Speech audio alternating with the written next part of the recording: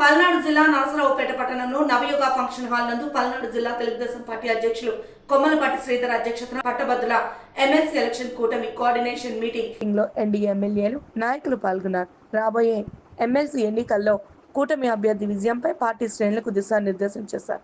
కూటమి ఎమ్మెల్సీ అభ్యర్థి ఆలపాటి రాజాని గెలిపించాలని ఏకగ్రీవ తీర్మానం చేశారు. ఈ సమావేశంలో రాష్ట్ర మంత్రి గొట్టిపాటి రవికుమార్, చీఫ్ విప్ జీవి ఆంజనేయులు, ఎమ్మెల్యేలు జోలకంటి బ్రహ్మానంద రెడ్డి, అరవింద బాబు, ఎరపతినేని శ్రీనివాసరావు, భాష్యం ప్రవీణ్, కన్నా లక్ష్మీనారాయణ, పత్తిపాటి పుల్లారావు, కూటమి ఎమ్మెల్సీ అభ్యర్థి ఆలపాటి రాజేంద్ర ప్రసాద్, జనసేన పార్టీ అధ్యక్షులు గాదె వెంకటేశ్వరరావు, బీజేపీ జిల్లా అధ్యక్షులు శశి, నియోజకవర్గాల జనసేన బీజేపీ కన్వీనర్లు, రాష్ట్ర చైర్మన్లు గోనుగంట్ల కోటేశ్వరరావు, జీవి రెడ్డి, మన్నం మోహన్ కృష్ణ, పొలంరెడ్డి దినేష్ రెడ్డి, రాష్ట్ర నాయకులు నల్లపాటి రామచంద్ర ప్రసాద్, వెన్న సాంబశివరెడ్డి, నియోజకవర్గ పరిశీలకులు, రాష్ట్ర కార్పొరేషన్ చైర్మన్లు, డైరెక్టర్లు, కూటమి కమిటీ నాయకులు పాల్గొన్నారు. 7వ తారీఖు మన ఎమ్మెల్యే గారు మన రాజేంద్ర ప్రసాద్ గారు నామినేషన్ వేస్తూ ఉన్నారు. అక్కడి నుంచి మనకు ఒక 20-22 రోజులు మాత్రమే మనకి సమయం ఉంది. ఇందాక మన అందరం కూడా మాట్లాడుకుంటా దాదాపు మనకు వచ్చేసరికి 73 బూతులు ఉన్నాయి. 74 మార్చాం, 74 ఉన్నాయి. దాదాపు 55,000 పైన ఓటర్స్ ఉన్నారు. 56,932 ఓటర్స్ ఉన్నారు. ప్రతి చాట కూడా ప్రతి కాన్స్టిట్యున్సీలో కూడా 8, 9, 10, 11, 14 బూతుల దాకా ఉన్నాయి. మనం చేయాల్సింది ఏంటంటే ప్రతి బూత్కి ఎన్ని ఓట్స్ ఉన్నాయో అవన్నీ కూడా డివైడ్ చేసుకోవాలి. దానికి సంబంధించిన మన ఎమ్మెల్సీ ఎలక్షన్ అబ్జర్వర్స్ కానీ మన పాత అబ్జర్వర్స్ ఎమ్మెల్యేస్ మేము అందరం కూడా కలిసికట్టుగా పనిచేసి ప్రతి కాన్స్టిట్యున్సీ కూడా మనం వెళ్ళాల్సిన అవసరం ఉంది. దీన్ని తీసుకుని వెళ్ళాల్సిన అవసరం ఉంది. ప్రతి ఓటర్ను కూడా 2 నుంచి 3 సార్లు మనం టచ్ చేయాలి. పోయినసారి ఎలక్షన్ అప్పటికి ఇప్పుడు తేడా ఏంటంటే నేను గమనించింది, పోయినసారి ఎలక్షన్ అప్పుడు ఒక కసిగా ఉన్నారు ఓటర్, ఎదురుని ఓడించాలని కసిగా ఉంది.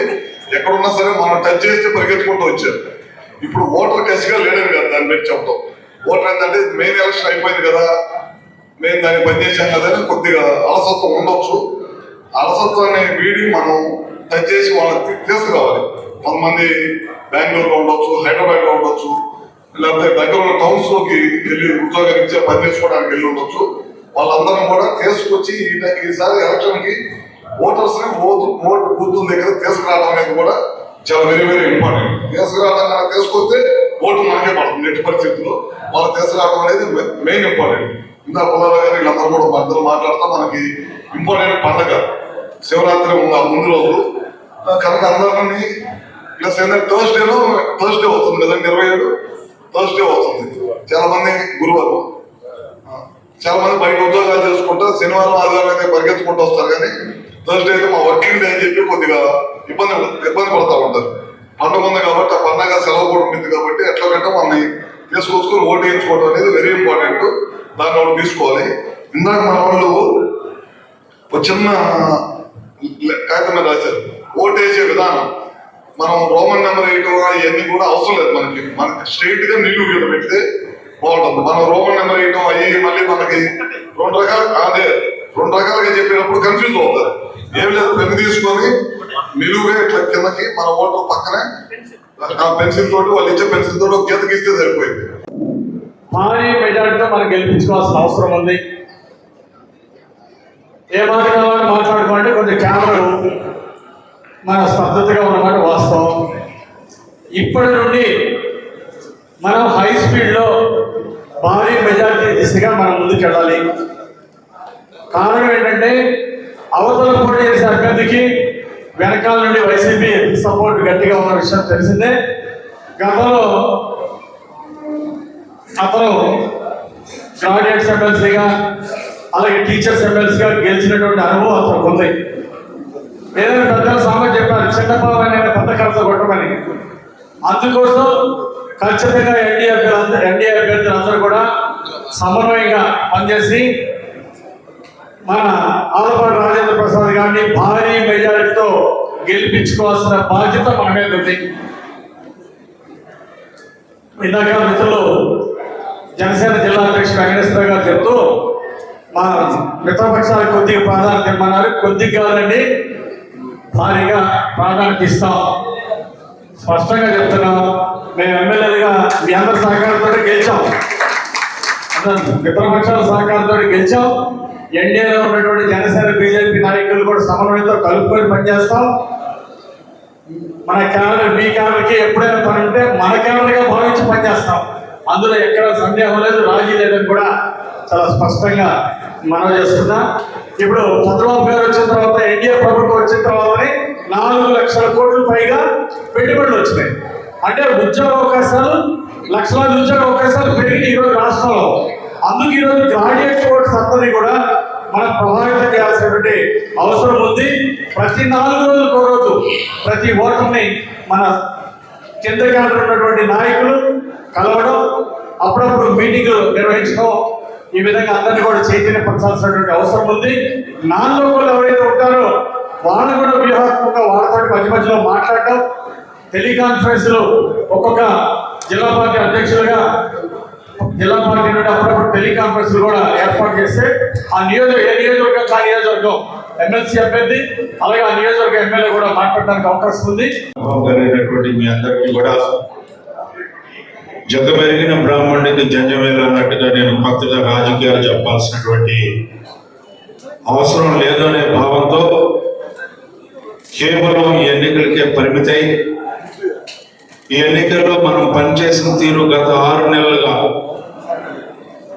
ప్రాథమికంగా ప్రతి ఓటర్ని నమోదు చేసినటువంటి నాయకత్వం, ఆ తర్వాత ఓటర్ల జాబితా ప్రాథమికంగా వచ్చిన తర్వాత దాని సవరణ, మరలా కొత్తగా ఎవరైనా ఓటర్లుగా నమోదైతే దాన్ని ఆ కార్యక్రమాన్ని, చివరిగా మనకి final draft, final voter list, ఓటర్ల జాబితాని చూసుకొని ఈ రోజున ఈ 5 నెలల కాలం నుంచి 6 నెలల్లో కేవలం 23 రోజులు మాత్రమే ఎన్నికలకి వెళ్ళే నేపథ్యంలో మనందరం కూడా కలిసి ఇక్కడ సమావేశమైనటువంటి అంశం. ఈ 23 రోజులు ఏ రకంగా మనం వెళ్ళాలి? ఓటర్ లిస్టులో ప్రతి ఒక్క బూత్కి కూడా మీకు ఓటర్ లిస్టులో ఇవ్వడం జరిగింది. నియోజకవర్గానికి ఒక్కొక్క నియోజకవర్గానికి 9 నుంచి 10 నుంచి 11, 12, 13 కూడా కొన్ని నియోజకవర్గాల్లో బూతులు ఉన్నాయి. ఆ బూతుల్లో కొన్ని గ్రామాలు కలిసి లేకపోతే కొన్ని వార్డులు కలిసి ఈ రోజున బూతులుగా ఏర్పాటు చేయడం జరిగింది. 700 నుంచి 1000 ఓట్లు ఉన్నాయి.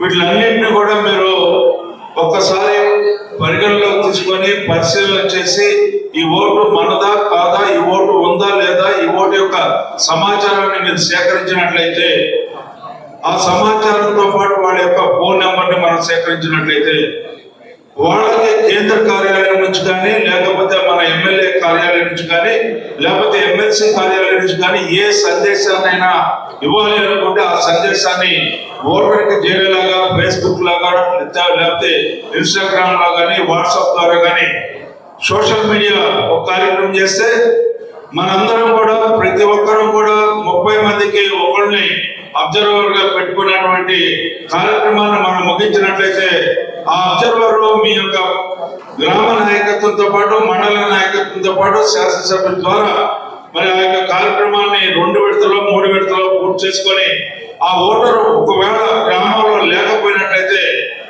మన ఏ చిరునామా అయితే ఇచ్చారో ఓటర్ జాబితాలో ఆ చిరునామాలో లేకపోయినట్లయితే ఎక్కడ ఉన్నాడు అనేది మనకి సమాచారం వచ్చినట్లయితే వారు రావడానికి లేకపోతే ఎక్కడున్నారో తెలుసుకోవడానికి వారిని సంప్రదించడానికి ఒక కార్యక్రమంగా పెట్టుకోవడం అనేది ఈ యొక్క అబ్జర్వర్ యొక్క కార్యక్రమంగా నేను భావిస్తా ఉన్నాను.